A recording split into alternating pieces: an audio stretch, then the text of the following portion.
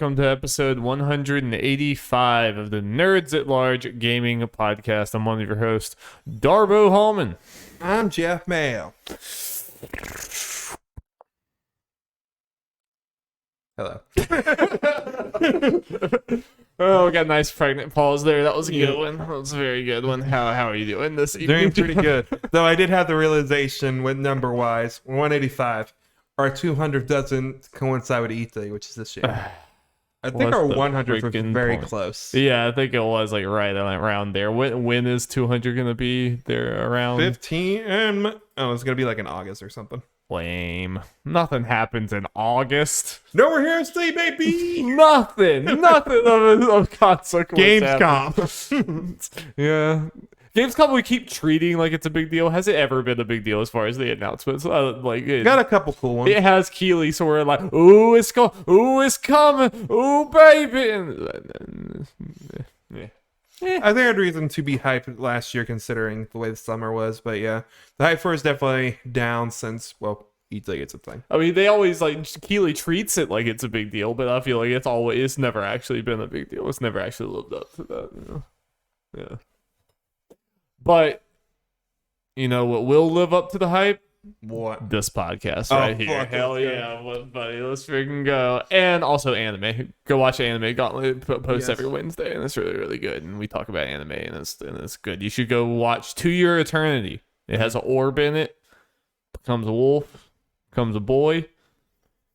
Maybe becomes something else. Ooh, who knows? Who knows? We'll find out maybe tonight. Maybe tonight. We will, not you. Or maybe you will. I don't know. Maybe you will. I don't know your life.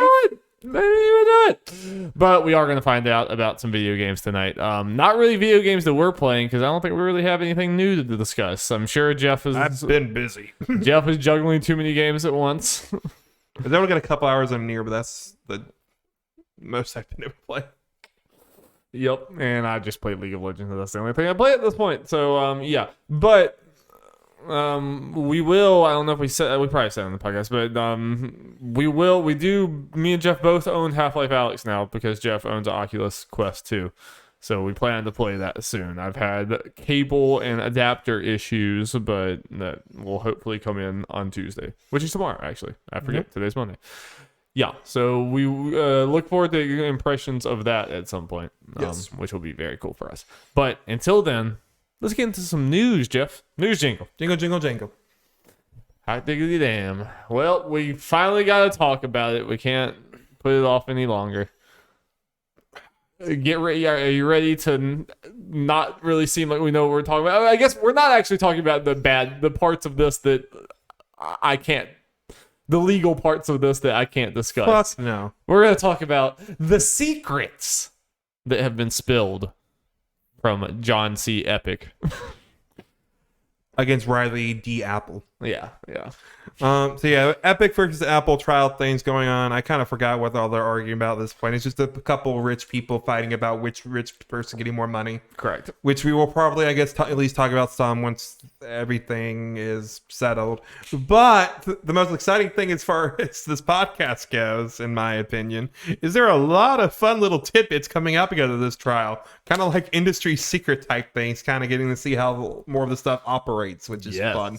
Which the whole thing's worth it just for getting a little peek behind the curtain, you know? Yeah. So, let's go through. Let's get a bunch of random bullet points, and we can kind of go one by one and discuss as much or little as we want to. First one, this is in no particular order, really. Borderlands 3 exclusivity, Darby. As you might recall, Borderlands 3 is, or was, or whatever, I don't know what the time is on that, exclusive to the Epic Games Store and PC. And we know how much that cost Epic. Yes. $115 million. Yeah, this is the kind of the problem we get to with these things, though. It's like, is that a lot? Is that, like, about right? Is that, like... So a way to look at it is... I haven't actually done this number. Let me see real quick. So that is roughly a little under like 2 million copies as far as like how much, and that's just the flat out how many games are sold. Like I just took that number, 115 divided by Yeah. 60 and got 1.916 million Okay. like copies that sold if it all went to Gearbox or whatever or whoever for Borderlands. Okay. Okay. So point is, it takes a lot of copy that makes up a lot of copies, like over 2 million copies of Borderlands that they got money for right away. right. Okay. And considering the next thing on there, Yes, and sold 1.56 million on Epic. yeah. So actually, probably is a lot of money that they gave up for Borderlands. Yeah, no, it's one of those you look at. It's like quite a bit of money. I don't blame them. I mean, because it's just a store. Like it's just a storefront. I heavily doubt they lost 2 million sales by not being on Steam. No, I doubt it either. And Borderlands is one of those that's big enough that if you're going to play Borderlands, you might be a little upset about it. Yeah. But the vast majority of people are. Yeah, still and gonna obviously play I'm very simplifying with my math and everything, but I think it gets the point across. I mean, but I just wanted ballpark of Yeah, like yeah. around what that is, and like that makes sense. I think there's probably a running trend with most of Epic's decisions is like they don't sound financially sound. Because they're not. They're At least not for them. yeah, they are all here to build a base of customers, not to actually make money now. I don't have it as a bullet point here, so we can just kind of throw it in here. I mean, not surprising, the Epic Game Store has not been, made them any money. Just Yeah. kind of losing it, and to the point where people that are more knowledgeable as far as this stuff than me and you are like, oh, this is not actually good, because it's expected to lose money in the beginning and then make it up for it, but the rate it's kind of losing money seems to be too much. I feel like we're inevitably falling into the actual legal discussion, but whatever. Just like know that we're idiots when it comes to legal things. But yeah, I know that's been part of it. Is that like Apple was saying it's like, okay, so you're saying that everyone should be doing their business like this or whatever, and you're trying to get everyone to go there.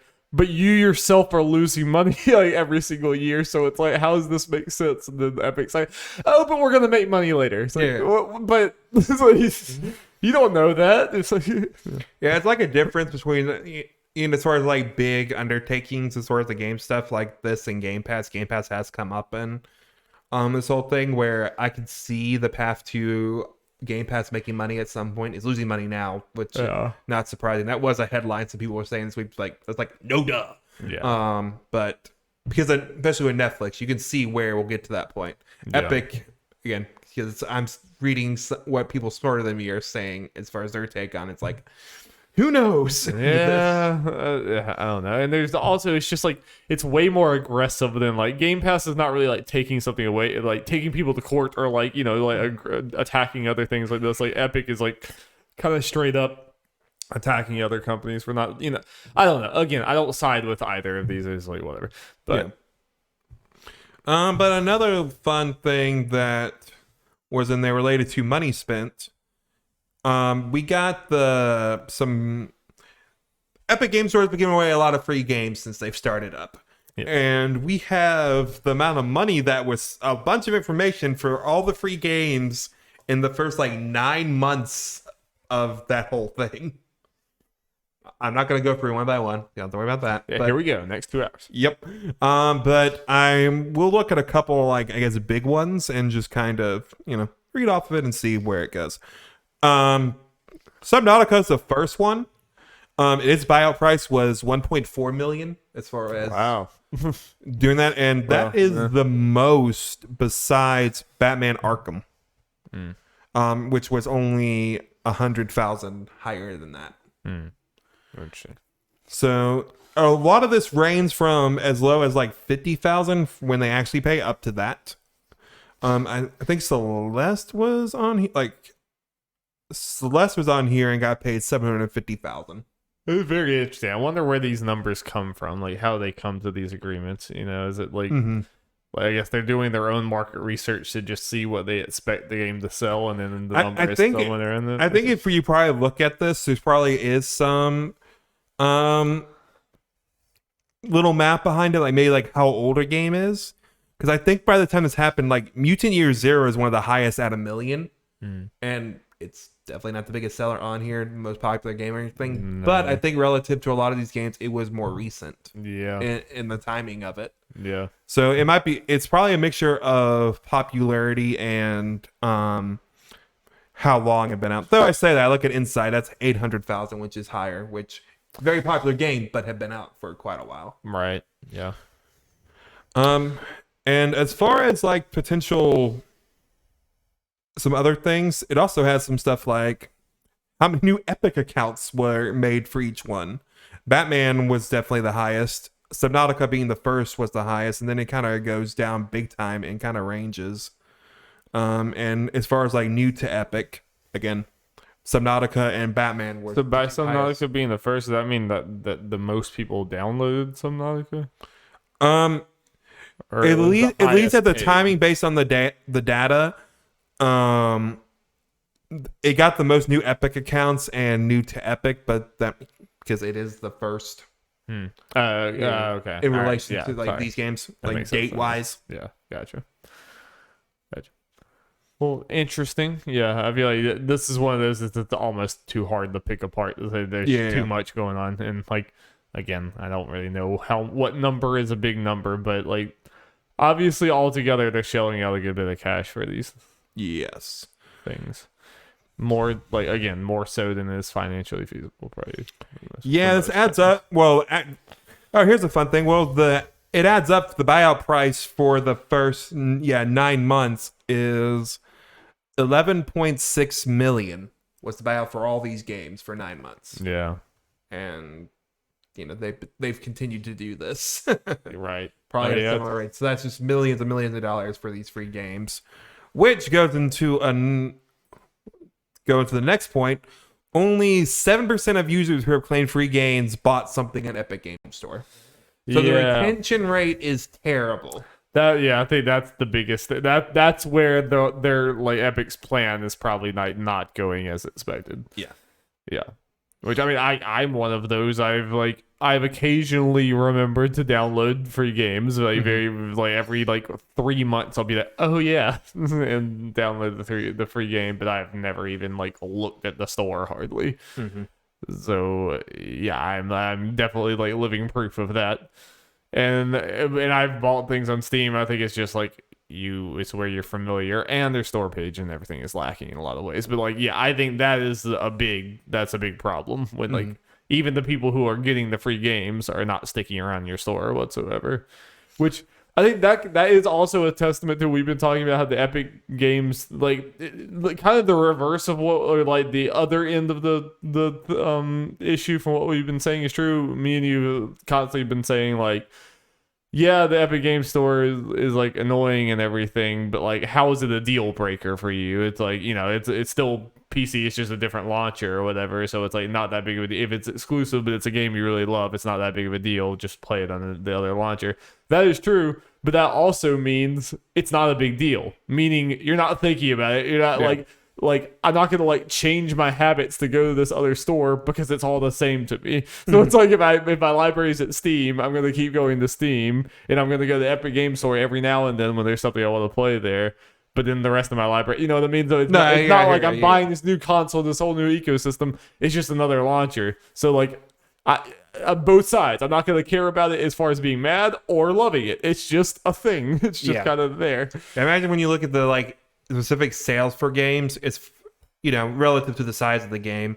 The exclusive ones are a lot more than the non-exclusive because it's kind of like you're saying, because the people's habit with Steam, they have no reason to go to Epic besides when those exclusives are there if they decide to. Right. Anyway, that's basically it's kind of the whole thing with the Epic Game Store is that it's not actually trying to be better than anything else. It's just trying to get exclusive things to make you go there. It's like, and that I think that's the thing with a lot of gaming companies right now is rather than trying to entice you with like features or things that they're doing well, they're just trying to take things away from other places to kind of force you into there. It's like it's not actually better, it's just your only option. That's kind of a frustrating trend.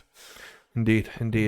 As far as Epic Game Store exclusives as well, one of the pages, this has not been announced. Dead Island 2 and Saints Row 5 might be Epic Game Store exclusives. So where this comes from is just a chart or something of a bunch of franchises or whatever, I think with regions and stuff.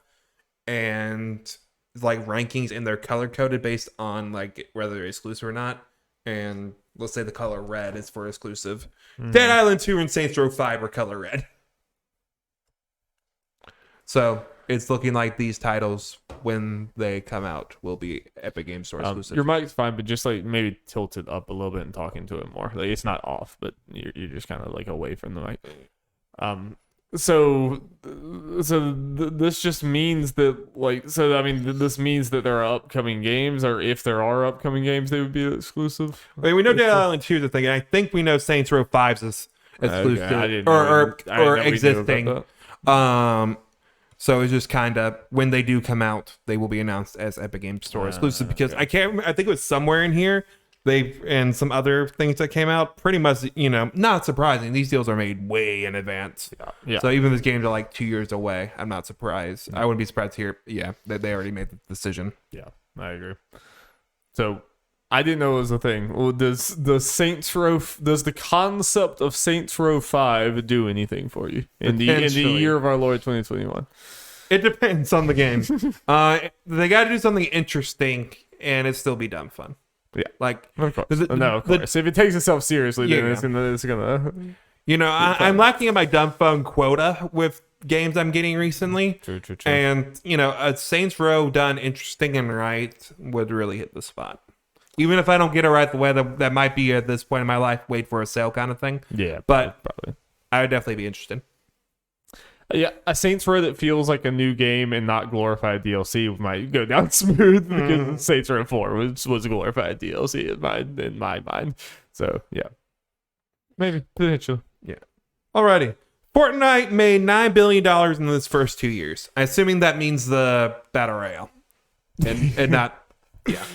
I mean, Save the World might be in there. It might be 0.1%. Well, no. Well, that's the thing where I'm assuming it's the Battle Royale, because if it's Save the World, it's included in this. This is even better, because Save the World started before the Battle Royale, so that's the start of the 2-year period.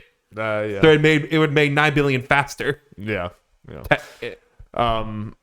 I feel like this number should shock me, but it doesn't. Yeah. It's a fuck ton of money. It's ridiculous. It's absurd. Like, how many Star Wars was 4 billion? That is more than the 2 Star Wars. Yeah. It's like 2 billion more than the Bethesda. Yeah. Yeah, it's just inconceivable. Your kind of human brain can't comprehend $9 billion. Yeah. It's just it's loony. It's just crazy. Okay, I'm just taking this wording from Tom Warren from The Verge. Epic Games had pitch crossplay announcement with Sony, when this whole thing with crossplay and Fortnite was happening, where Epic goes out of its way to make Sony look like heroes. This came from leaked emails between the two companies. So we'll start there. Because it's literally like the email is talking about like, yeah, we'll announce crossplays and we'll make you guys look like heroes for making it happen. It's just like you kind of assume, yeah, that like you kind of know that all the market, like everything that's announced by any of these companies is like scummy. Like we're gonna make this seem like a certain way just for money, just to manipulate people into being like thinking that we're heroes for something or whatever. But it's just like there's something about just seeing it just like out in an email just blatantly. Yep. It's like I knew it was true, but it still kind of seems, it still makes me angry. It still feels like icky. I don't know. I love the kind of tone and like, well, I forget the exact wording, and one of the sentences, Epic part is like, but we're Epic, so we get what we want. In all those emails, if you haven't read them, you should go read them, because there's definitely like we're hot shit. Yeah, there is an ego in those. Oh boy! Like Ian Hink said, you kind of know that all these business people are like egotistical psychopaths, but then when you kind of see the emails, it's like, oh yeah, it's just kind of laid bare. Yep. And it's not surprising at all that like the crossplay thing and the fact that like this type of shit actually works on some people. They're like, oh wow, look there you go, Sony. It's like, I remember seeing that, and we weren't like, they were like, well, we're not gonna treat them as heroes. This is the one they should have just done anyway. And I think there was something I don't think I see it in your notes here, but there was something else like directly showing that like Sony makes people pay. Oh, that was literally the next thing. Okay. Sony has also a cross-play revenue share agreement where some partners had to pay a royalty to Sony to offset the reduction in revenue from enabling cross-play. That makes it even worse. So you could legitimately be like, "Oh, our company can't afford crossplay." Yeah, and we don't have enough money to afford crossplay. Yeah, and it seems from I think it also came on this that it's just Sony that does this. People were like, "Well, man, Microsoft does this too." No, but it's apparently just Sony. So annoying. Makes me This is very I imagine. obnoxious. I'm curious. Yeah, what's the guideline and how much money it is for this stuff? Because like, if there a threshold where you got how big you got to be for this to count? Because assuming Epic has still got to do it, but Power Rangers Battle for the Grid has crossplay. Like, it's the only fighting game that's crossplay across everything, including PlayStation. Yeah. Do they gotta pay a fee? Did they just factor that into their budget? It's like, this is very important to us, or was it just like, yeah, Epic, you make so much money, you have to pay? Like, it's very weird. Yeah, they're like, Power Rangers, we're fine, sure, whatever, go. Yeah, I don't know. It sucks. It's dumb. I could see something like Epic with it being that with as big as Fortnite is. I could see like all the rules going out the window, and it's just like in every way. And like, you might have to pay for things that you don't normally pay for, but we'll also let you do things that other it's kind of like, I bet every decision with Fortnite and like Sony and everything is a business meeting that could go either way. Like, they're gonna talk this through because they make so much money. Like, Epic probably gets a lot of sway over them, and like, I mean, Epic basically gets to kind of control every platform holder to a certain degree because they make all the platform holders so much money that like, it's like, if Epic wants something, they can kind to of some people, Fortnite looking slightly better is a way to sell PS5s and Xbox. Oh, yep. Oh, I can tell you, like, that is a way bigger deal than like Resident Evil 8 or some shit, or Ratchet and Clank, or any of these so like legit. Like, I'm curious the way it's gonna work, like at E3 and other stuff. Like at a hypothetical Sony conference, will Epic come out there and be like, world premiere of Fortnite running on the PS5? Because I think the patch for that, the upgrade patch, hasn't come out yet. Yeah, count on it. Count on it. Yep. All right. We got some fun things from quotes for Epic talking to the platform holders, aka Sony, Microsoft, and Nintendo, in regards to getting their games on the Epic Game Store. And the header for this is called Individual Tactics. Sony first-party titles offered extended at $200 million for 4 to 6 titles, awaiting feedback. So, Epic was looking at paying $200 million to get a couple Sony titles on there, which I think, looking at that Borderlands thing, it being $115 million, this isn't even double that. Sony could ask for more for sure. Especially if they made it exclusive. Yeah, if you think of it, especially if we're talking about certain titles, it's like God of War. Yeah, if those are the ones we're talking about, like The Last of Us, God of War, hell, even Uncharted and shit or whatever, it's like, then that price has to probably go up quite a bit. Yep. Microsoft first party titles.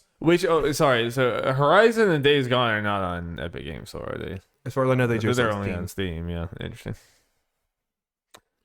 Microsoft first party titles. Opening conversations. Internal feedback from Microsoft. Their PC Game Pass leader is against what we're doing. They are effectively bidding against us for content. Bill is meeting with Gabe at Valve occasionally. He's a traitor. He's meeting with Gabe too much. That's not good for us. We're never talking to Phil again. It's like, that's another thing. It's like we joke about like the Epic like Valve rivalry. No, it's fucking real. They're literally, it's like they're like being passive aggressive to Microsoft because they're talking to Gabe too much. It's like, I don't know if it's like passive middle- aggressive. It's at least to the mindset of like, yeah, Phil and Gabe seem to be buddy, so the odds are Microsoft at least being exclusive. It's just weird. Yeah, It's weird. well, I say exclusive. The Microsoft Store is still a thing, but Microsoft's smart in like, yeah, we'll put our shit on Steam. It's just like Phil is meeting with Gabe occasionally. I mean, it's like meeting with, and that's like a bullet point. It's like, Yeah. I don't know. I would expect that all of these people are meeting with each other. Who knows? That's like I don't know. It's weird. It definitely strikes me as it's just like, it's weird how like this is definitely one of those that's like, you can tell we get a lot of like fake internal stuff all the time, and like obviously this isn't fake, it's in a courtroom, but I mean like you can kind of tell like this is very like, oh yeah, this is like kind of like casual sounding, like very internal. Yeah, it's interesting. It's like I get what you not mean. as like If it's polished sometimes stuff, it's too professional, like Yeah. that's kind of when it more screens fade. Like Smash leaks is something I always do. Sometimes the way Smash leaks are said, you can kind of get an idea if they're real or not. Right. Sometimes. And finally, Nintendo. Not started is a moonshot onto itself. Corporate history says this is a non-starter. Wait, what did it say? I'm sorry, not. Oh, not. What does a moonshot mean? It's just a probably not gonna It's just happen. not gonna happen. Like a, I guess, shot from the moon. Yeah, shot for the moon. Yeah. It just. They're aware. Oh yeah. I mean, that is. Yeah, I could have told you that too, for sure. Yep. Let's see. Over 14 projects in development with Epic Games Publishing at the moment. So just got a bunch of stuff coming from their internal stuff. That makes sense. And finally, Nintendo specifically bars Japanese partners from working with the Yakuza. Oh, we got this from the Epic stuff. Apparently we did. Interesting. Okay. That's something so out there. I was like, I gotta include it. Well, Square was really like they were gonna open up a Yakuza game developer, like Wing, but Yeah. can't do it. It's one of those things that was so funny. It's like it makes sense, I guess. Like, but why do you have to make a rule? I guess it's just kind of one of those things where they want to have their bases covered. I mean, hell, I mean, from what I hear, like there's like some Yakuza and stuff in Japan that has their own like a skyscraper with like businesses, like with like a sign on the thing, like it's out in the open, and then they're like, yep, they're Yakuza. It's like they're there. True. Technically, what they're doing is legal, but like there they are. So it's like there's some like very high up Yakuza things. I don't know. Interesting. Yep. All right, Darren, that's all I got for this Epic Diablo stuff. I think very interesting stuff. No, very juicy stuff there. Yeah. Very. It was just a cool and kind of gross to look behind the curtain a little bit. Things still going, so if there's more information, I'll obviously put it in the next podcast. And go check out Respawning Fire, because like Holden actually researches this stuff a lot. Like he's very, very, very knowledgeable about, especially Apple, but like now since this whole thing has gone on, I think he's done a lot of research. And I'm pretty sure, like, I haven't listened to it yet. I really need to. The Grind is the new show that they're doing, and I think the first episode was on this whole topic. And they've had entire podcast episodes where he breaks all this stuff down. He's a lot smarter about this stuff than we are. So Respawning Fire, go check it out. Yep. But back to us and our dumb commentary. Yeah. Sometimes you need the working class blue collar commentary, just like low education commentary, and that's what we're here to provide for. We have that in spades. Yeah, boy. Sorry, let's talk about some Lost Judgment, the new game announced from Sega and the Yakuza developers. Where'd the judgment go? Where'd they lose it? The bar. That's where we all lose our judgment. Yep. Lost Judgment will be released worldwide on September 24th, 2021 for PS5, PS4, Xbox Series X and S, and Xbox One. And the interesting thing is it will have the old school Yakuza brawler combat thing. But the more interesting news about that, I don't think that's a surprise, is that they officially confirmed the Yakuza series proper will continue to be turn-based. Pour one out for Jacob.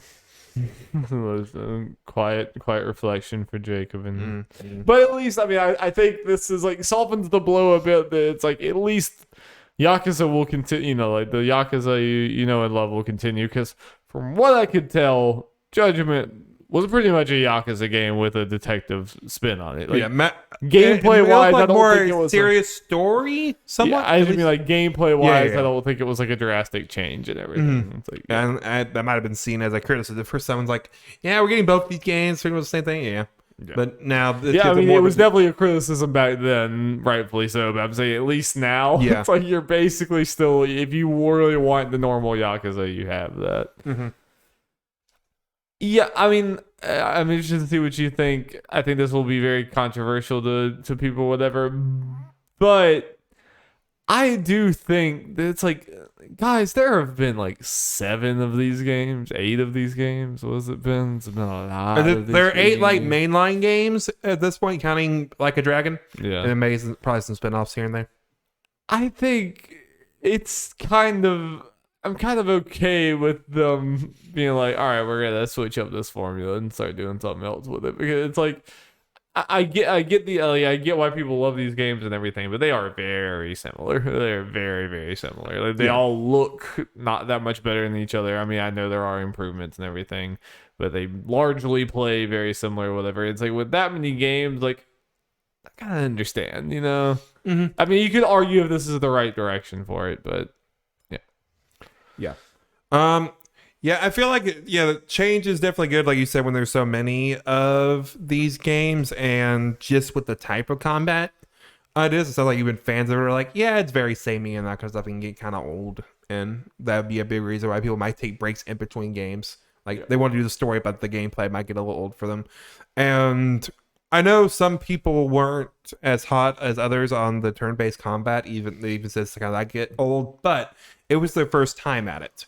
Going to a completely different style. At the very least, I think it's it should be nice for some fans to hear that they're at least giving it another attempt, so they can refine what they did in Like a Dragon. yeah, because that game was, a lot of people like that game. So taking that and fine tuning it and maybe doing a turn-based thing with Kiryu in it. right, yeah, That's the main character. But to also like kind of speak for Jacob, which I can't completely because I don't know exactly how he feels about it. I know he didn't really like or he didn't finish Like a Dragon because he like the gameplay was, he was kind of like that was getting old for him.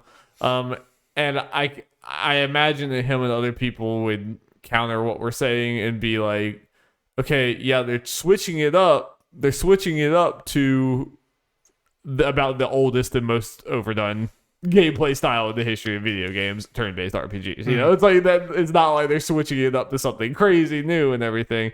And I think from what like Jacob said, and I heard several other people said, at its core, that game was a pretty basic turn-based RPG. Like, it had some wacky like look to it or whatever, but like it got to a point where it's like, okay, you are grinding out battles in a turn-based. You know, it's like it has the trappings of a very like basic turn-based RPG. So I do think they probably need to add something. Let's say A unique element to that, like a pretty substantially different element to like spice that up for a lot of people, but a lot of other people loved it just the way it was. So yeah, who knows? But I like how we focused on Yakuza in this last Judgment. yeah, I mean, I know more people who care about Yakuza than Judgment. Of course. Yes. But that is a pretty quick turnaround for that game, though. What's also very nice about it is actually very huge worldwide release, which hasn't happened with Yakuza games and Judgment, as far as I can recall. Yeah. So Like a Dragon, I don't believe they got it like early last year. We didn't get it till with the console launch. I was thinking like Judgment was supposed to, but I think just the big announcement was that was the first one to have English voice acting, right? But it still wasn't like simultaneous. So, the fact that it is another like big Japanese, I'm going to assume like Shin Megami Tensei getting a worldwide release as well, or announced for that. Unfortunately, we're getting this. I didn't want to say spin-offs or whatever, because Shin Megami Tensei is not a spin-off of Persona, the other way around. The smaller, quote-unquote, versions of these big Sega-owned Japanese franchises now getting simultaneous release. Hopefully, the next Yakuza and Persona will get worldwide releases. Please. So, hopefully that's just a trend from here on out, because we're getting more and more of that. Hopefully Dragon Quest is next. Not from Sega, but just in general. Japanese games. Speaking of Japanese games, Nintendo announced one. A new Nintendo game? This comes from Cat Bailey from IGN. Nintendo has announced Game Builder Garage, a new game that will let you learn to make games from the minds at Nintendo. Its guided lessons and cute characters are designed to help you create a multitude of gaming experiences. On the face of it, the new game looks like a lot like Dreams, which was released on PS4 in early 2020. It also seems to be in the spirit of Lauer, which encourages kids to craft unique items using cardboard. Game Builder Garage is designed to teach visual game programming by connecting creatures called Nodon. There are dozens of Nodon in Game Builder Garage, each with its own unique function. Lessons will be available to teach you the basics of designing games, with free programming mode available for those who want to go wild. Let's see. To aid in development, Game Builder Garage will support a compatible mouse, which can be plugged into the USB port of the Switch dock. Let's see. Game Builder Garage will release on June 11th. A mouse on the Switch? That is actually really weird. Yeah. I can click heads? Yes. It might just be compatible for this game, Darby. I'm sorry to say. No. We gotta make it, I gotta go. I want to take it into Breath of the Wild. No, what you need to do is, so you don't buy it yourself, go over to Olivia's house, use her Switch, and click heads Overwatch. on Switch. Yes. Like, make it even better. Maybe I could be top 500. Let's go.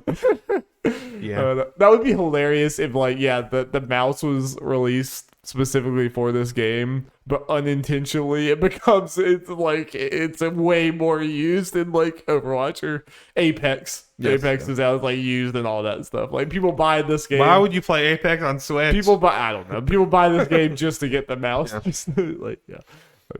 I thought we already done had Mario Maker. What's this? This is pretty much, well, it's more of a Dreams type thing, as Kat mentioned, where it seems you have a lot more freedom. It's not just the 2D platformer stuff. It showed in the trailer a whole bunch of different things. I was wondering, like, is it kind of a basic 2D thing? Because when we watched the trailer, and then it just opened up to all these screens, like, oh, it has a bunch of shit going on. Yeah, people are like puzzle games. Yeah, and it looks more simple than Dreams, but it's not a bad thing. No, I actually think that's a good thing because, like, to be honest, I think there are many reasons why Dreams has not really been a success, but I do think part of it is legit. When I first went into that game and like it started going through the tutorial, it was like, this legitimately straight up feels like an Adobe, like an After Effects tutorial. Like, this barely feels like a game. Like, that's how complicated it is. It's so complicated that it's like, oh boy, this feels like a software. It feels like I'm learning this like for work or something.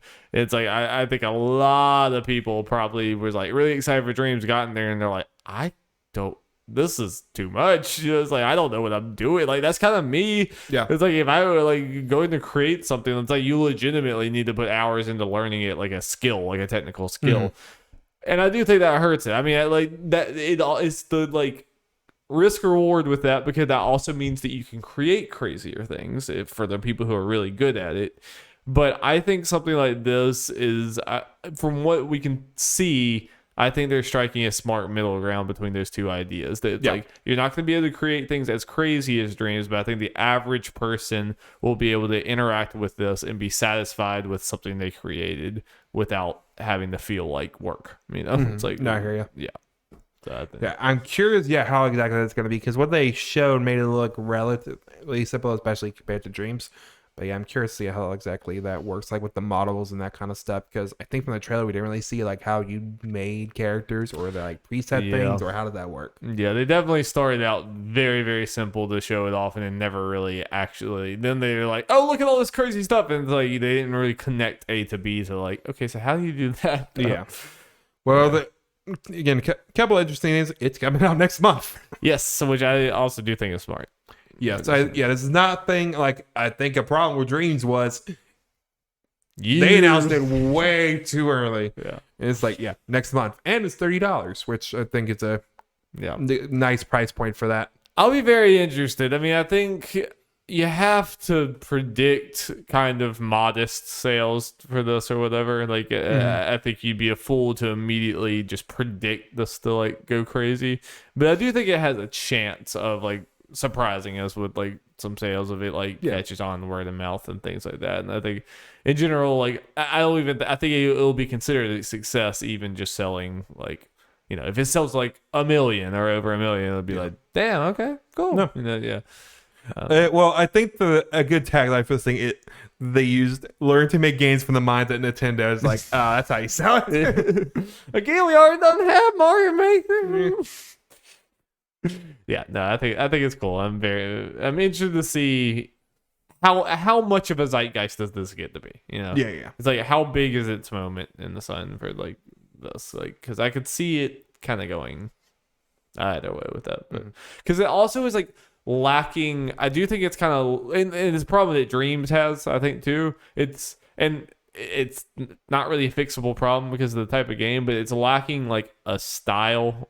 It's lacking like a eye-catching, like, ooh, I know, you know, kind of. I mean, like Mario Maker is like, it's Mario. It's like, he did a builder's outfit. You're building stuff, and it's like, you know, that Mario style strikes you or whatever. This is kind of such a nebulous style that it ends up having kind of no style. You know, it's just kind of like generic video games because it's hard to not do that. It's a creation thing. It's something that Dreams, I think, struggles with, where like Little Big Planet didn't, because Little Big Planet was also a game with a style. It had like an art style or whatever that you played within that confined space, and it's easier to be like, look, Sackboy. Dreams is like, how do you say look Dreams? Because can be fucking anything. Yeah, that's the problem. Lots of Sonic levels though. Yeah, and like Sonic 6 games and stuff. And Shrek. You know. Oh, thank God. Darby, let's talk about your favorite thing in the world, Final Fantasy VII Remake. Yeah, it sounded like that was going to be a joke, but no. Sometimes I play it very straight. Yeah, okay. Okay, so we got a new Intergrade trailer, Darby, that neither of us have watched, and we're not going to watch it. We're not going to do it. That thing seems to be spoiler-filled as hell. I trust Square Enix. I trust this team with a lot of things right now. Final trailers is not one of them. Don't trust them. Don't trust them one bit. Nope. But we got a couple little information, some little tidbits in the presentation where they showed off the thing. Intergrade will have at least 6 months exclusivity on the PS5. So that just means they said at the beginning that it was just like the 1 year month is all that exclusivity, like for the original and last. I imagine this just means they re-signed that and kicked it down the road 6 more months. Pretty much. For all of it, because like they did just say Intergrade, but I kind of doubt that the base game is suddenly going to be on PC or something. Yeah. During this time, I imagine that if any of this comes to other platforms, it will be at the earliest 6 months. No, Sony would not allow that because that means people would get it on PC and potentially wait to buy this DLC on their PC. Correct. And not on the Sony PS5. I mean, that's what I would do for me. I would play it. I would play it now on your PS5, but for me, I'm locked in, baby. That's what I would do. Yeah. So that sucks. It does suck. That sucks. This thing should be everywhere. Yes. It's a fucking great game. Mm-hmm. I don't see any reason why it needs to be Sony exclusive. Money is why. It's not a reason. Not a good enough reason. Yeah. And then we got another Final Fantasy that's going to be Sony exclusive. And the fact that it just so sucks that it's locked on a console that's like fucking impossible to get. It sucks. Well, the thing that sucks, and also something that sucks for non-PlayStation people, is when it finally does come to PC, because I believe it obviously is a coming point because they keep on missing these exclusivity timetables. Yeah. When Remake 2 finally gets talked about, it's like, cool. They've said it's coming out there, but it might be 2 years after that for me. Yep. And that's exactly what Sony wants you to think. Yep. Even if it's not true, that's what they want you to think. So you're just like, well, I guess I just need to get a PS5. Yep. It's one of many reasons. They just want to like stack those up. You know, boom, boom, boom, boom. It's like, well, like half of everything on the planet is exclusive to PlayStation, so I guess I need to get a PlayStation. It is kind of lame. Yep. But let's talk about part 2 a little bit, Darby. We didn't get too much. Nomura wanted to give us more juicy information But because of some legal mumbo jumbo, they couldn't get it together. Which I'm like, damn it. But he was able to tell us some things. Free Nomura.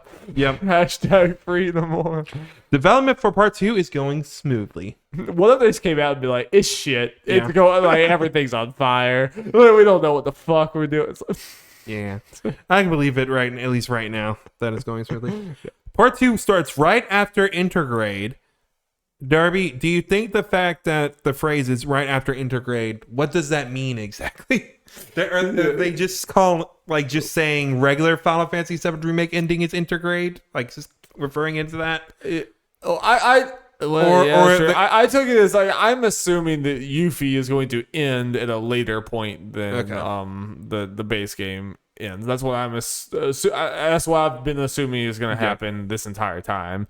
And that's what I took this as, to be like it's going to take place after that point, and that's why they're not saying the base game. They're saying like there's going to be more events in Yuffie's chapter, chronologically, to go further than that. That's what I took it as. Probably, but I want those juicy. But what if we get to the end of Intergrade and they've added another crazy thing onto that? Like everything happens at the end of the game, and then it's like, oh, but there's another. Yeah, it's like, what if? With this fucking game, like, it could happen. Yeah, it could absolutely happen. Unfortunately, it's not like the old time video games where it's like you play through it and you don't know what's going to happen. If that is the case, we'll know before day one, because everyone will be like, "Hey, yo, you need to replay the game." Shit changes again. I think they also they mentioned, for as far as like Intergrade and stuff, or Yuffie's chapter, that, and we kind of figured this, but it's one of those things. Just not to hear it from the mouth, saying that the reason this is partly a thing is to kind of change Yuffie's story in a way to when she does join the party, she has more actual motivation to be in the party than I'm going to get materia, right? Which obviously we're all for. I think I can speak for both of us. Oh yeah. No, that's what I was saying. As soon as they announced this, I was like, yes, if you're gonna do this, if you're gonna introduce a character this way, in a very different way, and like, retcon, put her into an earlier part or whatever, Yuffie is like the perfect one to do that. Vincent's another good one, but Yuffie is even more so than Vincent, because Vincent actually has a lot more backstory in the original than Yuffie does. But like, Yuffie is prime candidate for like the story will just legitimately be better if you do this. Yeah. Set up more Wu-Tai Jungan. It's just objectively a better way of doing it or whatever. And I think it would have been a mistake to just like play it straight with this, to just do the same thing, because you could change this and then largely get to the same point, but it'll just feel way more earned. She'll feel more like a character, not just a random girl you found in the woods. And she'll again have more to do during the actual rest of the game, and soon there'll be more Wu-Tai stuff in there where she'll be big involved in. Right. It's like, let's go. I mean, that's what Yuffie and Vincent in general. I'm so looking forward to them actually having character moments that I feel like they were kind of robbed of in the original because they were optional. So and especially since seeing like Jesse and Final Fantasy Remake, it's like, okay, they're doing this. I'm sure they'll do it right. Let's go. Oh my god, I'm so excited. The quote from Nomura: "Cloud is running in the wilderness in the sequel." I think it was kind of saying open world. Hopefully, it's just a very funny quote. Yeah, running in the wilderness, just Cloud. Dinosaurs and shit are grabbing him. He's running. The predators hunting him. It's like, oh no. And it will have a different atmosphere than part 1. Yeah, both of those very nebulous quotes, but it's all we got. It does. I mean, do you think this is him hinting in the only way he can through the legal mumbo jumbo that they are doing the open world and that they are? I think so. I hope so. Yeah, or at least some version of it. Yeah. So if they do that makes me wonder, like, when the timetable is going to be, because that's a big change from part 1. Certainly is. Yeah. It feels like it's gonna. I struggle to see how it's not years away, but at the very least, what gets me more hope for a more timely release. I mean, they restarted development for the first Yeah. one, so that's why that took so freaking long. Yeah. At least now they got the engine, they got things kind of set up, they got get things going. They at least got that stuff done. Obviously, again, if they're doing an open world-ish type thing, that's gonna be a pretty big different thing, especially with how good the game looks and all that kind of stuff. The details they kind of have with things, it's gonna be insane. Yeah.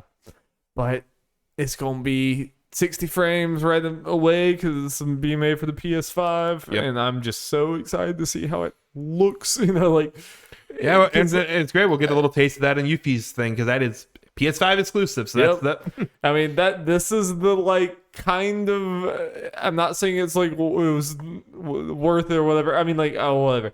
This is the kind of plus side of how far Final Fantasy VII was delayed. Is that I feel like now, like originally, this might have. I mean, in a vacuum, it does suck for PS4 people or whatever. But like, if releases had come out how they were supposed to, this probably would be a cross-gen game for PS4 and PS5 because it probably would have been coming out. You mean Intergrade or Part 2? I just mean Part 2. I just mean the fact that 7 Remake got delayed for so long. It was probably supposed to come out 2018 or something.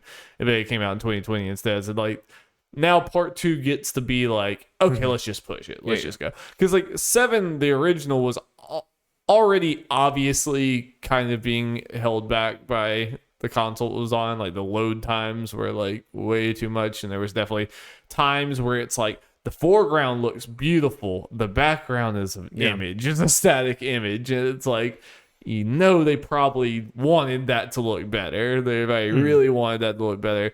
So like I'm really happy that 2 just gets to start on new generation. It doesn't have to it makes sense because it's probably going to be 2 or 3 years within the generation at the earliest. So makes sense that'll be a current gen only. And good timing for the open world. I think if the game really is at that scope, then it's probably going to require that PS5. Indubitably. All right, Darby. This one's for you. Hey, boy. Baldur's Gate Dark's Alliance was announced and released. Cool. It is cool. Yeah, so it's announced for the the PlayStations, the Xboxes. It's technically PS4 and Xbox One version of the game, but played for backwards compatibility, and a Switch version.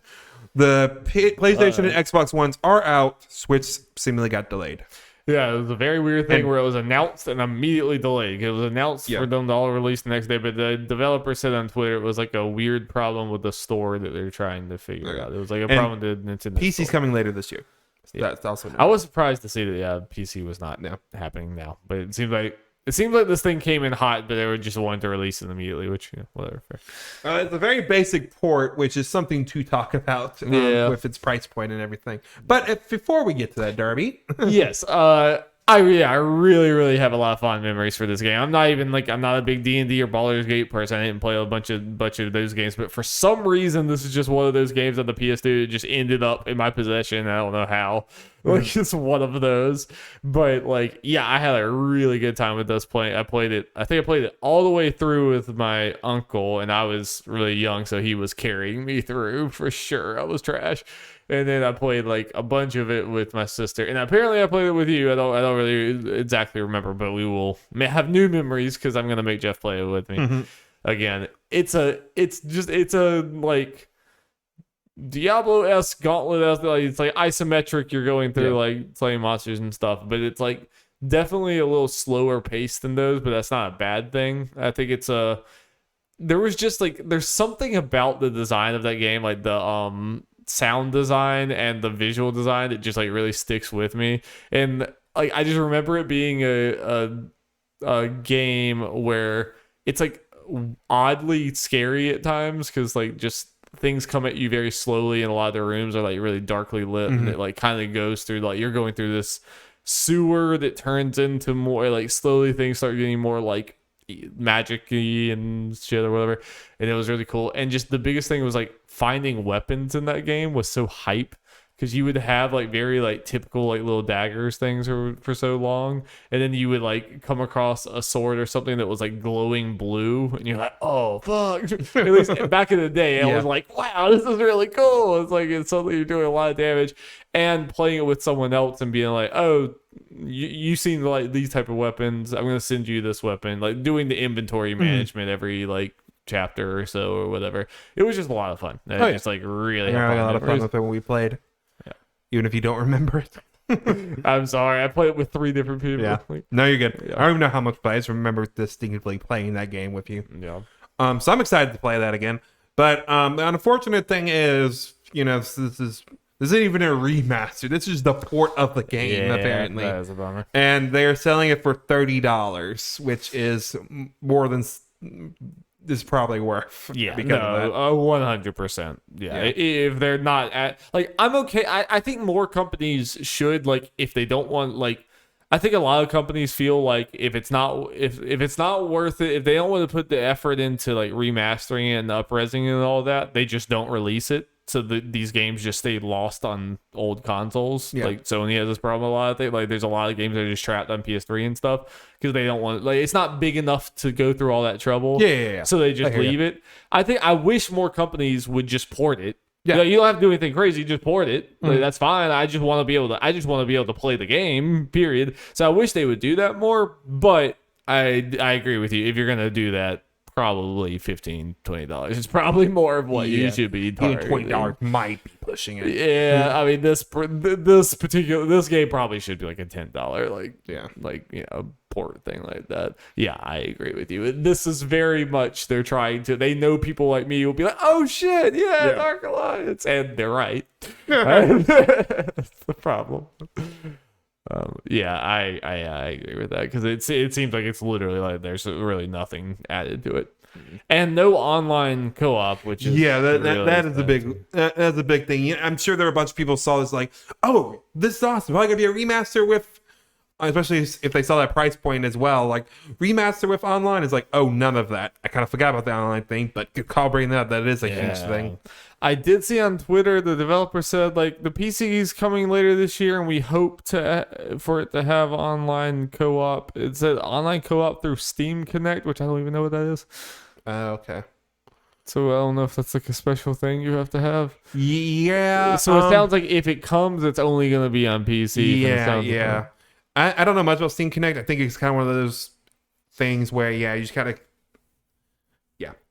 I can't remember. Not as easy as just joining a lobby. I can't remember. I'm trying to remember what's that thing we were trying to do for Parsec. Yeah, like a Parsec type thing, I believe. Yeah. So it's probably not. It's not just like send the invite. Yeah, I might be wrong on that, but I think that's what it is. I think I've seen some people use it for fighting games or something. So I mean that doesn't help any of the console people, obviously. No.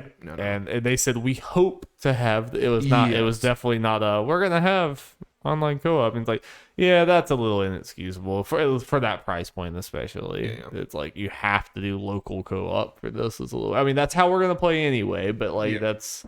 The option for people who would want it.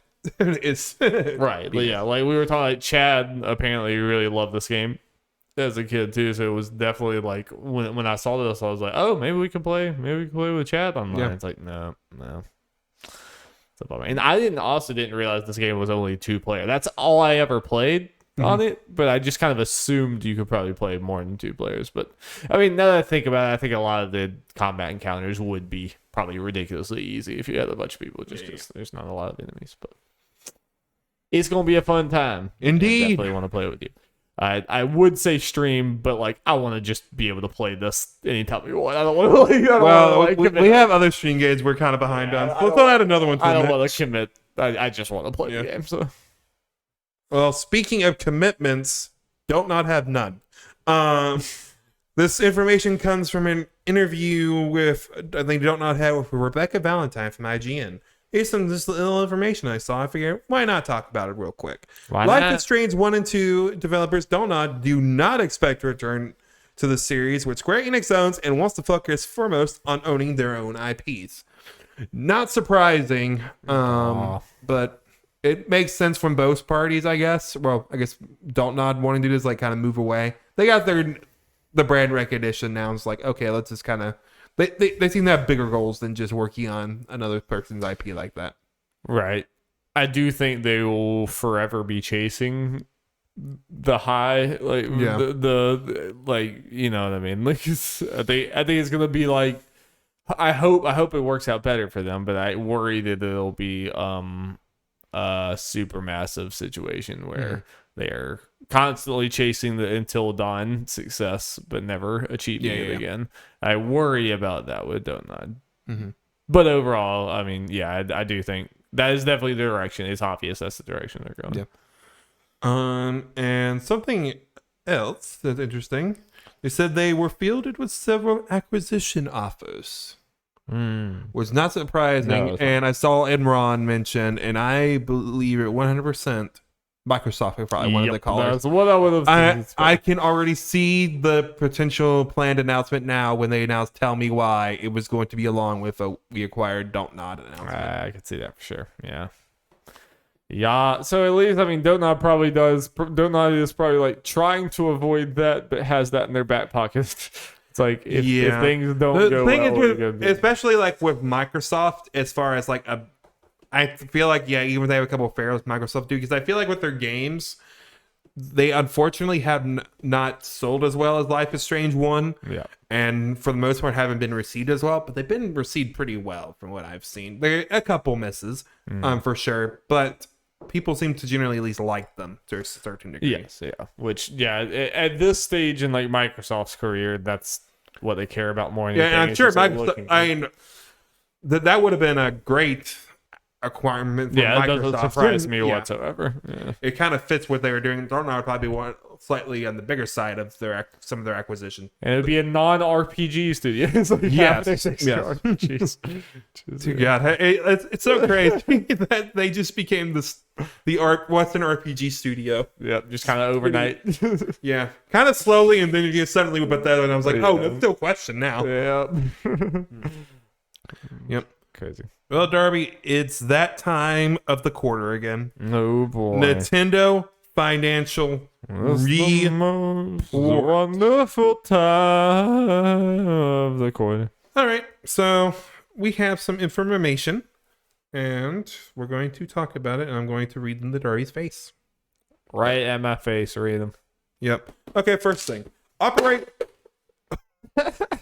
Operating profit for the full fiscal year was 640.63 billion yen, which is the highest ever recorded in a fiscal year by any console manufacturer, or at least company or the console division. So it's like comparing Nintendo the company to Sony's PlayStation division. It's all right, I guess. The previous record holder was Nintendo's fiscal year ending March 2009, which was the peak of the Wii DS business. So Switch alone beat the peak of the Wii in the DS. Get wrecked, Wii. That's crazy.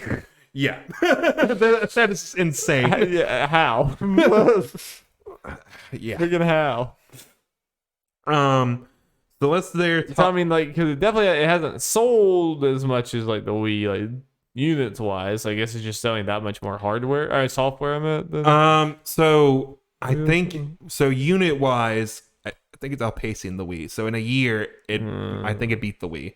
Wow. So let's get to the Switch hardware. It has now sold 84.59 million units. Damn.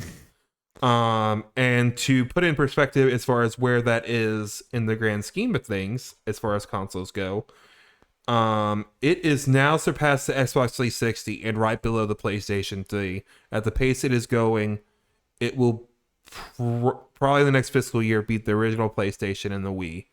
And it has to be the fastest selling console of all time, isn't it, right now? So, people are looking at PlayStation 4 like, oh my god, Nintendo Switch is only 30 million behind the PlayStation 4, while being on sale for 3 years fewer. I mean, but they sell 30 million a year nowadays, so it's like... and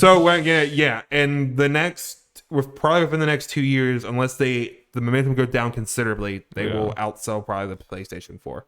That is absurd. Well, that's also saying PlayStation slows down a good bit, which I think is kind of a fair thing to say. Yeah. So it is on pace to potentially be. It probably won't do it, but it's technically on pace to be the best-selling console. Yeah. Like I don't think it'll pass the PS2. I would expect it's the fastest selling at this point in its life cycle because it's 4 years old now. Yeah. That's wild. Just over 4 years. That's absurd. Yeah, and it's still doing well. Good God. Absurdly well. Remember leading up to this where it was like, is this gonna do it for Nintendo? Yep. Well, I would say so. I would say so. Ready to talk about some game sales, Derby? Yes. Alrighty here. I just have a list of games today. We'll go through some of them and talk about them. Yahoo. Okay, Daria, like we always do, we got to talk about Mario Kart 8 Deluxe. Where are they ranked? Or do we have ranks? No, we just have numbers for this. We just have numbers. But I want to see how close Animal Crossing is. Oh, we will. The total Mario Kart 8 Deluxe is 35.39 million. It sold just shy of 2 million this last quarter. It's sold about as many Mario Karts as they do whole consoles and something. Yes. So yeah, those are crazy numbers. I think I saw some list to where it kind of has a weird exclusion thing that might put Mario Kart 8 Deluxe in like the 10 best-selling games of all time. Wow. At the very least, definitely, if you could buy Mario Kart 8 in general, Deluxe and regular, it is definitely on that list. Yeah. It's absurd. Wow. Animal Crossing New Horizons, 32.63 million, so just under 3 million short of Mario Kart 8's totals, but it sold 1.45 million. So it's probably gonna pass it. Here's the thing, though. Mario Kart 8 sold more this last quarter. Okay. Well, and Mario Kart 8's legs are absurd. Yeah, no.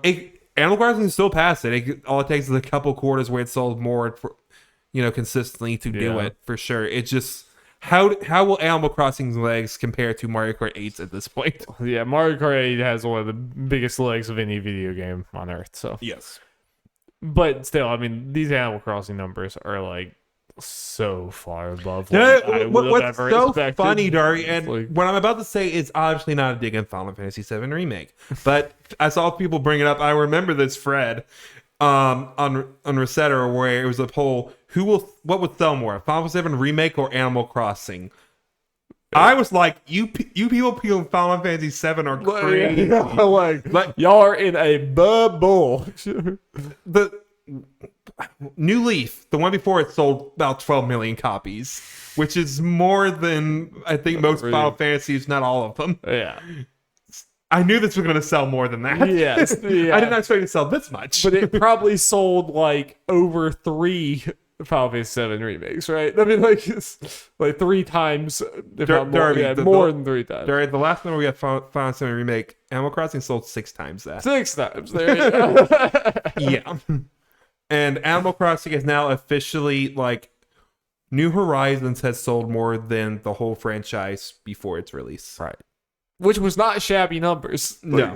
It was already a pretty, like you said, 12 million for New Leaf. It was already a pretty well-selling franchise. Yes, it was a great selling franchise before this. Jesus Christ. Super Smash Bros. Ultimate, 23.84 million, just right under 1 million copies sold in the last quarter. Craziness. Selling similar numbers this quarter, Breath of the Wild, it has a total of 22.28 million. With 3/4 of a million, Pokemon Sword and Shield, 21.1 million. Still sounding pretty strong. Yeah, all those are pretty close. Yeah. Super Mario Odyssey, 600,000. So just not too much less than Sword and Shield, as far as the quarter goes, and is sold 20.83 million, just right under Sword and Shield in general. Interesting. So Odyssey still having pretty good legs. But also speaking of legs, that just won't stop, but I wish it would. Super Mario Party, selling just shy under 1 million the last quarter. Everyone just knew that online was coming. 14.79 million, Darby. The game that just finally got online. See, that's why they did it. They don't have to try. There's no reason for them to try. They don't. Okay, this is the point where I just picked the more interesting numbers. Ring Fit Adventure crossing 10 million total. 10.11 million copies sold total. Just shy of 1.5 million copies in the last quarter. It was beside as far as like older games, let's see. Yeah, just under Animal Crossing. Wow. As far as the last quarter. Wow. And it still has supply issues. Yeah. No, yeah, it could be more. That's Ring Fit's another one that it's like leading up to it. It's like, is this gonna do? It's like, is this really gonna do that well, or is this gonna be a passing fad? I probably would have predicted the passing fad before. I probably would too. Like, at least way closer to that. Going into it, I would have said passing fad that had a very dedicated fan base because they look good for what it's trying to do, like from the get go. But yeah.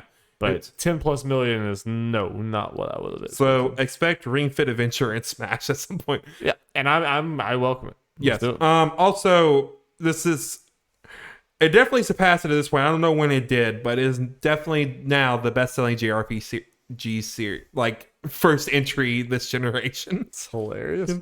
Yeah. Luigi's Mansion 3, right under 10 million. I mean, we sold out half. We say the same thing with every game on this freaking list, but it's like, God, how did Luigi's Mansion sell almost 10 million copies? Great games, crazy. The Switch just bumps everything. Next Level Games, they weren't anything to bought them, just went ahead and got them.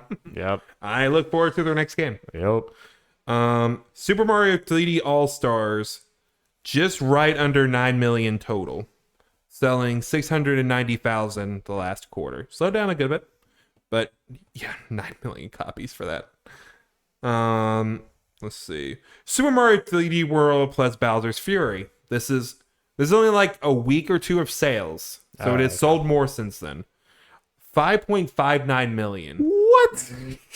Right under the Wii U 3D World sales. It's surpassed it at this point, obviously. Fucking week? Yeah. Let me double check to see the exact timing just real quick. Damn. Super Mario. People like to buy them Mario games, huh?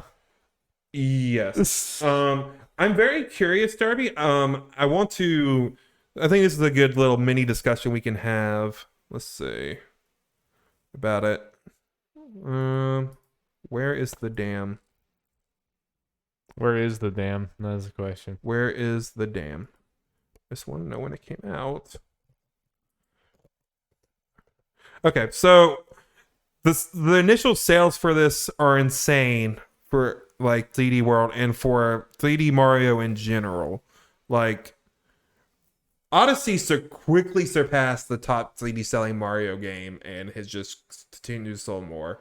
Yes. 3D World is easily on pace to break all the record besides Odyssey. I think it could pass.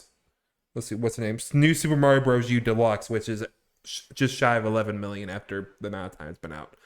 Do you think potentially for Mario it's going to have like a Zelda effect where the 3D versions will surpass the 2D versions as far as initial sales? Because typically 2D Mario sells better than 3D Mario. Yeah, I don't know. Like, history has told me to never bet against 2D Mario because, like, even though I don't hear about it as much, it just always seems to sell just a fucking ludicrous amount of copies. Mm-hmm. And 3D World is a weird mixture of the two in a way, kind of, sort of. I mean, I know it literally has 3D in the title, but it's a little bit of a mixture of the two. I think it's completely mixed up on the release date. I'm a dum-dum. Confirmed dum-dum. I don't know where I got this whole week thing. I don't know. It came out in February. I'm stupid. And it did come out in February. Yeah. So like a month or so. It's still very good. Yeah. But, yeah. There's a little I'm less. dummy. I did think like 5 million a week. I'm like, God damn, son. Yeah. Still very good. Damn. I guess Bowser's furry. Everyone's just like so. Oh, yeah. Well, 3D World now in general sold almost 12 million.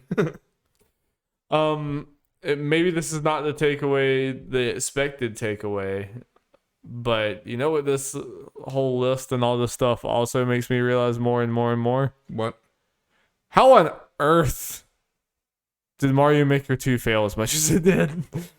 Yeah, With, like, it's everything right at above 7 million. Everything on the Switch like sells so much more than its predecessors. Like everything. That's like the Mario Maker one 2 is not a standout. failure per se. I know that's not what you mean, but I as mean, far like, but as far as like going past its predecessors, I feel like everything else. like Pikmin 3 Deluxe is the best-selling Pikmin game ever. Now, I expect Metroid Prime 4 to be the best-selling Metroid game. Full stop. I have no doubt in my mind. Yes. But yeah, I get what you're saying. Mario Maker did sell more than its predecessor, but compared with the numbers to the other ones, yeah, you expect it to be more, like 10 million. Yeah. Easy. Easy. I mean, Luigi's Mansion almost sold 10 million. Dari, when you put it that way, yeah. You put it that way. Yeah, that's what Yeah. I don't disagree. I love that game, but yeah. No.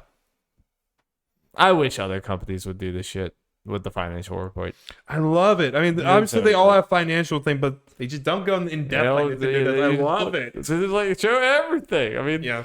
And like the fact that like I do have respect for them because they still did this during the Wii U when those numbers were not good, right? Yes, I do believe so. Yes. And see, that transparency is rewarded when the numbers are nothing but good over and over again. And it's like, I look forward to these quarterly numbers. They're just fun. They are fun. Keep the update on this stuff. Mm-hmm. All right, Darby. Let's do some other news, and then we'll sign off. Other news. So my first little bit of other news, I just have Psychonauts 2. Just the concept of Psychonauts 2. Just concept of Psychonauts 2. This was a crazy week.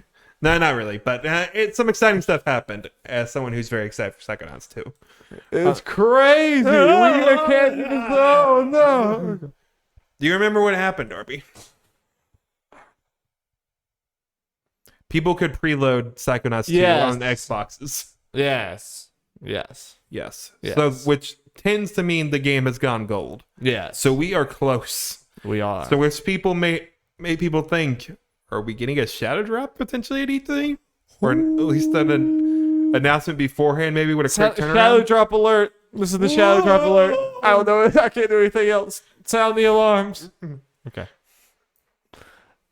That'd be insane if they did. I could see it. I could see it too. I think this is a game you can shadow drop. I think it would probably help this game to shadow drop it because like it would help if people were going from E3. Just I've seen it I've seen it with a lot of like reactions and stuff, like kind of funny reaction, other things like Easy Allies too. There are games that I think they normally never would have fit into their schedule and never really would have talked about that much, but because they're shadow drop, there's just an extra excitement where it's like, oh shit, go download now. But yeah, I do think it would help it because I think Psychonauts 2 has an uphill battle as far as like commercial success. Yeah, I think. I don't think that's necessarily what Microsoft is like. I don't think Microsoft's like holding it to that standard, but I do think it has an uphill battle. So I think any hype like that, I think is helping. I think Psychonauts 2 is a good, like, as far as how big it is, a good place potentially for that, because Double Fine and Psychonauts are at least well known to the people watching like an E3 conference to be like, oh, this is kind of a big deal, like a big game to do this for, but at least small enough to where it's like, this kind of makes sense for a game to potentially be shadow dropped. Yeah, I agree. Obviously, I will lose my shit, and it depending on when in the whole E3 coverage thing that's happened in, that might mess up our coverage. but Dari, imagine when he destroys the microphone. Imagine if it did happen. That would mean Ratchet, Final Fantasy VII Intergrade, and Psychonauts would launch the same weekend. Spread the fuck out. So yeah, I'm excited. And at the very least, even if it's not an E3 thing, because that's just like a big dream I hope I have. At the very least, it's like, okay, this is coming soon. This isn't going to be a thing that, or at least shouldn't be a thing that gets delayed like past this year or some shit. Right. We're getting it probably by the end of the summer at the latest. Right. So let's fucking go. There you go. Ubisoft announces free-to-play Division game called Division Heartland. Coming to a bunch of shit. Mm-hmm. Yep. It sounds like it's a pretty long way away. Witcher's lead director leaves CD Projekt Red over bullying claims.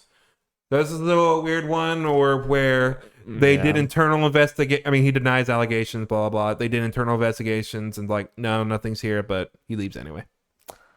Yeah, weird. I don't really feel like I can comment on it that much, but it does feel weird when it's like, he didn't do it, then why are you leaving? It's like, I don't know. It just seems like there's some broad culture problems at CD Projekt Red. Yeah, CD Projekt Red They need to come to Jesus in a lot of ways. Yeah, they've been struggling for some W's recently. Yeah, they ain't getting them. They just getting swatted away every time they try to go for the net. Yeah, I don't know. I think there just probably needs to be some leadership firings and just shake-ups and stuff at that company. Yeah. Would be my outside opinion. Yep. Sony registers trademark for Sunset Overdrive. Trademarks mean fucking nothing. It's just Let me believe! It's just an IP that they now own, so they're maintaining the trademark for it. Because Insomniac owned it, right? So yes, they now own it. Yeah, that was part of the reason Insomniac initially did that deal with Microsoft, because like, yes, they wanted to own the IP, so they did. That's what they did. The deal. I could see it happening, but I don't think this is an indication of it. Yeah, I think this means nothing. Want to believe? But as far as just like trademark aside, as far as the possibility of it happening, I mean, I do think Insomniac is proven, like with Ratchet and stuff, that they are a company that doesn't forget about their old games and doesn't, even though they don't always just like, we're gonna do AAA, because they also did that like Song of the Deep thing that was like weird thing like that. Didn't they do some weird VR thing? They did a VR game. Yeah, and doing Ratchet and Clank everything, even though they could just be Spider-Man Studio and print money, but it seems like they like want to do some weird like smaller things sometimes. And so it wouldn't shock me if one day like a side studio in Insomniac worked on a Sunset Overdrive 2 just because they fucking want to. And it's like at this point, Sony I think is like, sure, do what you want. As long as you're making a Spider-Man game, the rest of it, do what you want. Yeah, I think that that was talked about some, but that is something interesting from that Insomniac things. Yeah, Sony does own this IP now, and I hope they do something. Because the first game's really good, and one of those series that it has room to grow, especially since there'll be so much. Like if there was a sequel, to be a lot of time between the first one and the second one to improve on things and do some different shit. Yes, dude. And I think Sunset Overdrive walks so Spider-Man can run. with the mobility stuff. Yep, with the getting around I the think city. that would they're different, but that definitely did them, like a prototype type thing for Spider-Man. That was probably partially out when they came, because apparently they were told they could do any Marvel hero pretty much they wanted. That was probably part of it. Was like, well, we have some city moving around experience. Well, Dory, I got bad news for you. Sony warns the PS5 will remain in short supply into 2022. How can they keep getting away with this? I am so happy I got my PS5 when I did. I'm glad I just went ahead and ordered that shit. It's just the only things I care about are the things that are coming out next month with Ratchet and Final Fantasy 7. The rest of that, like, whatever. I don't care. I could not have a PS5 for a long time. But yeah, it's fucking rough, because we're starting to actually get the point where like actual games are coming out there, so that you can't get other places. And who knows, might be some potentially Final Fantasy 16 could come out this year, maybe, possibly. Just put it on a fucking PC, you fucking cowards. You know what I'm saying? It might be coming to the PC. I get mixed up on that shit. You know what I'm saying? Because they're being very dodgy with the wording on that. Because Sony sucks with this shit. Yeah, they make Square Enix suck. They pull everyone else into the suckiness. Well, because of the weird contract and their wording, they get, like Square's got to be vague about it as well. And because of contract and stuff, they're being very vague about like Microsoft has to be vague or not really mention if Deathloop and Ghostwire games they own are going to be on Game Pass PC. Yeah, I know they're going to be on Xbox Game Pass on the console. I get that, but I want to know about PC. Just say if it is or not. Tell me. Let me know. So I can maybe Why do I have to find out excited. from Jeff Keighley a few hours later? Yeah. Whatever. Yeah, but I mean, this is gonna be a very big bummer for the PS5 if like that deep into the life cycle is still that hard to get. I feel like that's kind of unprecedented. I mean, even like super popular consoles, I feel like had their demand, their like supply and demand a little under control earlier than a full year after. At least as far as this, COVID is. Yeah, I mean, I'm not saying that there's not a valid reason for that, but it still just sucks. Mm-hmm. And it seems like Microsoft is having similar problems. They're just not as open about it as far as like how they're doing and all that kind of stuff. So yeah, their demand's not as high for sure, but they are. Yeah. Well, even they've released the little they said like they're having trouble meeting demand too. Yeah, I mean, I also just mean like the public, like we don't see the Microsoft demands as much because I think pop culture, it's like when people talk about trying to get a console, it's almost always with the PS5. Well, ladies and gentlemen, that was episode 185 of the Nerds at Large Gaming Podcast. I hope you enjoyed it. If you did, maybe leave us a review on iTunes or something. I never say that. It's not even iTunes anymore. It's Apple Podcast. And that's just if you're on Apple. If you're on Spotify, if you're on Stitcher, if you're on any of the other platforms. It's one of them. I've never seen it, but I just heard other podcasters talking about it. Wherever the hell you're listening to us, maybe rate and review us. Say we're good boys. Good boys. And follow us at youtube.com/nerdslarge and twitch.tv/nerdslargegaming so you can get all the good shit when it drops. And play Psychonauts on Game Pass. And play Psychonauts on your smart fridge. Yes. And raid what's Double Fine? Raid Tim Schafer's house and get a copy and bring it to Jeff. Woohoo! All right. Peace. Bye.